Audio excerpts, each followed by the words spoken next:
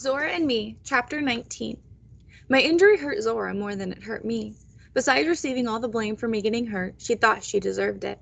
Since I was laid up at home, rags wrapped around my arm and torso to keep me stable while my bones healed, it was hard for anyone to send a chiding word in my direction, even my mamma, who surely had a right to.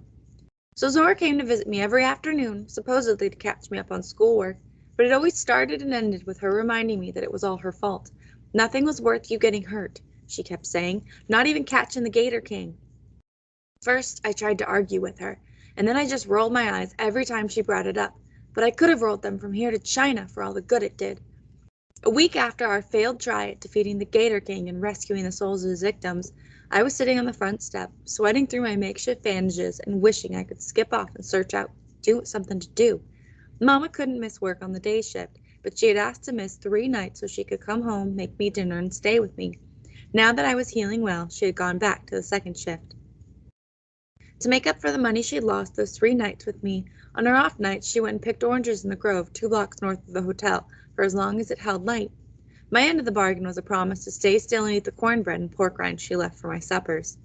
From where I stood, the consequences of breaking my rest were too steep anyway. I had no intention of becoming lopsided, and though I was at the point where doing nothing seemed like the hardest work I could do, I kept at it. If I didn't, I might never be any good to my mamma. Zora was later than usual, and I was going back and forth between worried and plain old lonely. Then I looked up to see Teddy.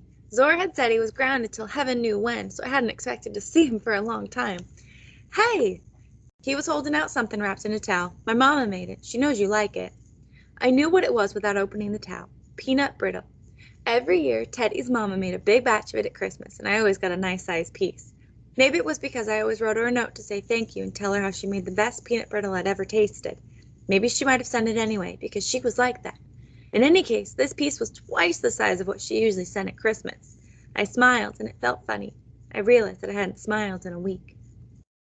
"You gonna sit down and help me with this?" I asked. "I can't eat it all by myself." "Yeah," he smiled shyly. He dug his hand into the pocket of his overalls and pulled out something I couldn't see, and this in front of me. "And this is for me," he said. "Put out your hand." Into my hand he placed something the size of my palm. It was a turtle shell, empty, dry, and beautiful, ebony black with bright yellow dots on it. It was his spotted turtle shell, the star of his window sill. "Teddy," I kept staring at it. "You can't." He sat down right next to me on the step. "I want you to have it." He took the peanut brittle, held the towel tied around it, and whacked it hard on the ground so that it cracked into pieces we could eat. He took out a piece and gave it to me. Then he took out another piece and held it up. "I will help you with this, though." We chomped for a few minutes, not talking except to say how good it was. When Teddy stopped chewing, he stretched his legs out and asked, "How's your arm?" "Itches. Don't hurt?"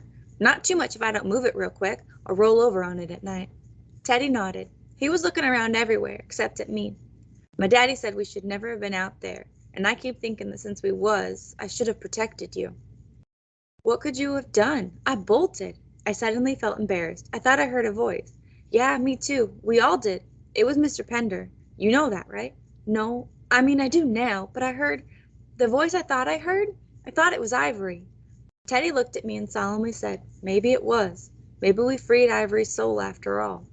I met his gaze. "Do you think so, Teddy? Really?" "We did everything the book said, and there was something strange blowing through the swamp that night. We all felt it." "Only I can't imagine Mr. Pender being the 'Gator King anymore," I confessed. Teddy shook his head. "No," he agreed. "I've been thinking on it a lot, and I don't reckon he could be. He saved your life. Way I figure it, 'Gator Kings are in the business of taking lives, not saving them." Some things still worried me. But Zora said she saw Mr. Pender with the 'gators now, and he did escape from that 'gator attack without a scratch way back when. If he isn't the 'Gator King, who is? I don't know. I don't know. Teddy chewed his lip. "I keep thinking maybe there isn't even a 'Gator King at all. But then I keep thinking, what? There isn't a 'Gator King. Then what killed Ivory?"